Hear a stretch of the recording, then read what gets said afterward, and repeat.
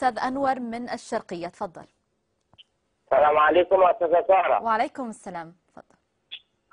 لو سمحت يا استاذه ساره، الكهرباء بتقطع ليل ونهار عندنا في الشرقيه في قريه العدليه، بتقطع 6 مرات في اليوم.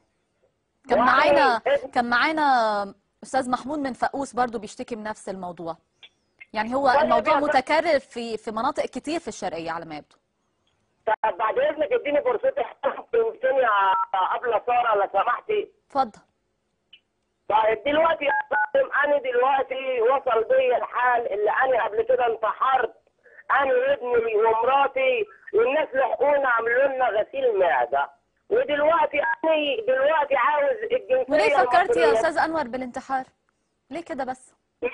من اللي انا شايفه، ومن الظلم اللي انا شايفه، ومن الدم اللي انا شايفه بتاع الابرياء، كبار وصغار واطفال. فانا دلوقتي لو سمحتي بخاطب بناشد امير قطر او رئيس وزراء دوله تركيا او اي دوله يقبلوني لاجئ ابقى خدام لتراب ارضهم.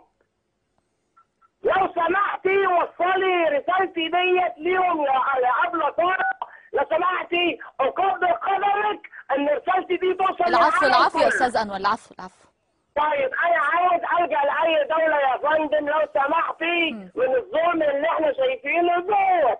انا ابني في سنه 6 بيطلع من المدرسه بيشتغل في سفر، بياخد 60 جنيه في الاسبوع، وانا راجل مريض بيصرف عليا انا وبنتي وامه.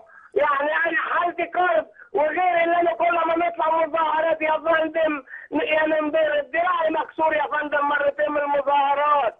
فانا ما يرضيش ربنا دوت، فانا مش عايز ابقى مصري. انا لو سمحت وصلني الامير قطر الكريم لو سمحت يا فندم، من اللي بيسال انسان على شيء يقدر يعمله وما يعملوش له، بياتي يوم القيامه الى الله وجهه ليس فيه لحم يا فندم. فانا بسال امير قطر وبسال رئيس وزراء تركيا. يا استاذ انور، لا لازم تعتز بانتمائك لمصر، وعمر الانتحار ابدا ما بيكون حل لاي مشكله بتواجهها في الحياه. طبعا عاوز يا فندم الجا اي دوله.